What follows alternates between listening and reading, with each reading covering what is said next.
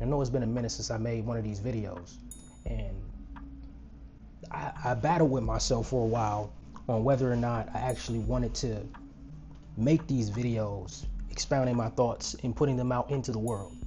And the reason why I originally decided that I didn't want to do it anymore was because I seen how it could be possible that my words could be taken and used for evil, right? And that to me was like the biggest no-no. I was like, oh, no. I wouldn't want anybody to use the wisdom that I've gained to hurt or damage anybody. But then after I sit back and thought about it for some time, I realized that like I really have no choice over how what I create is used, right? Freedom only exists in the space between what is and your next choice, right? So I can't necessarily, you know, I have no dominion over the next person and or their choices, right? So I can either choose to sit and be quiet and allow the world to be built by the rest of the builders, or I can contribute a stone or two myself. So here's mine, you know, that little slice of freedom that I was just talking about in that quote, right? And the purpose of this video, I wanted to explain my immigration situation, the separation from my family that I'm currently experiencing, and you know how I don't necessarily have control over that aspect of my reality and my existence. Okay, so to take it back from the beginning, so back in October of 2025, okay, no, let's take it back a little bit further. So back in, I want to say May of 2025, my wife and I decided that we were going to move to Japan. So we went through the initial phases of, you know, studying, figuring out what we needed to do in order to make that happen. We started, you know, selling off of our stuff, getting everything situated so that we could move. We applied for my visa in July 2025, and we were told that the visa would be, that the COE, certificate of eligibility for me to apply for the spouse visa, would be completed in less than 3 months, right? Mind you, this is July 2025. July 27th, 2025, July 28th, because it was Japan time. July 28th, 2025 to be exact, right? So it's a few days over a year now.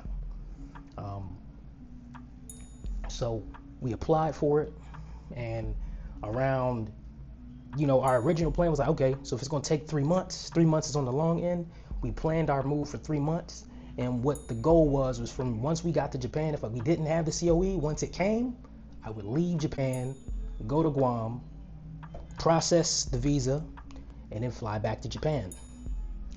But we have been waiting on that decision for over 12 months now.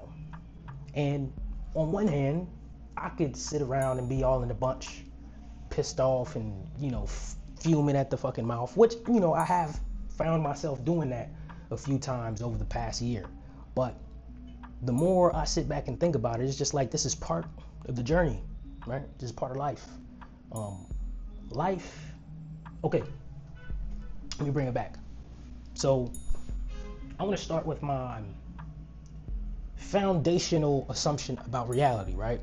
And I know a lot of people will disagree with what I'm about to say, but I think the earth is hell. Yes, I think the earth is hell. And a part of this hell is suffering. This is how we learn. We learn through transgression and through suffering. Those are the two ways we learn. And while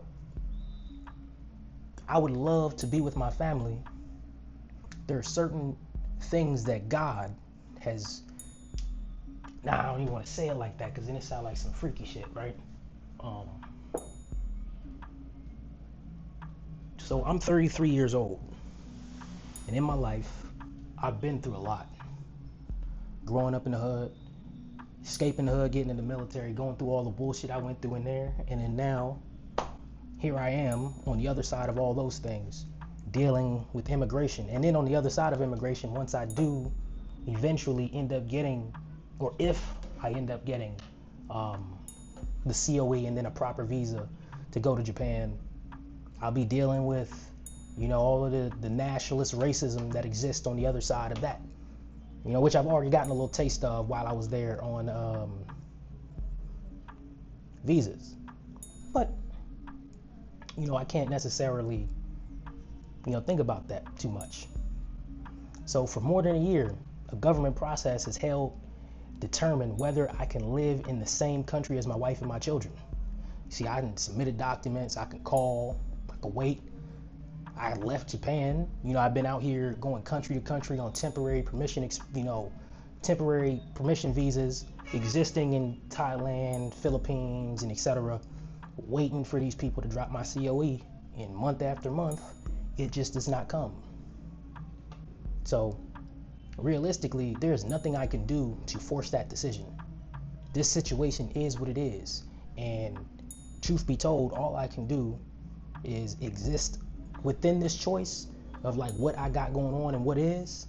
I can just make the best decision that I can based off of my current situation and scenario. And this is something that's fairly universal across life for every human.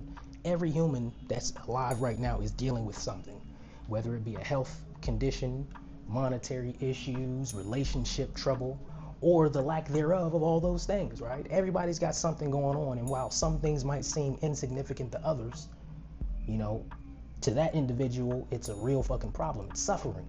And you gotta understand, all you can do is take that suffering, it is what it is, and then make the best decision in the next choice that you can based off of where you are at that moment. That's all you can do.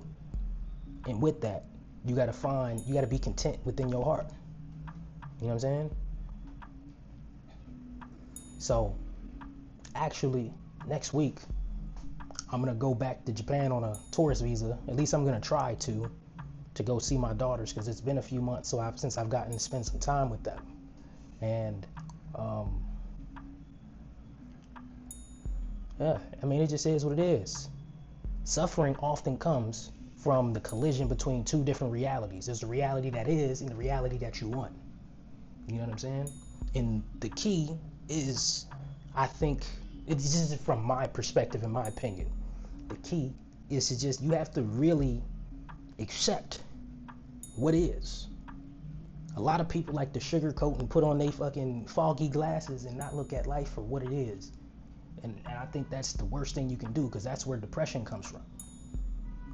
Once you acknowledge shit for what it is, and you chalk that shit up to the Most High, for real, man, shit is lovely. You know what I mean? Change the things you can, accept the things you can't.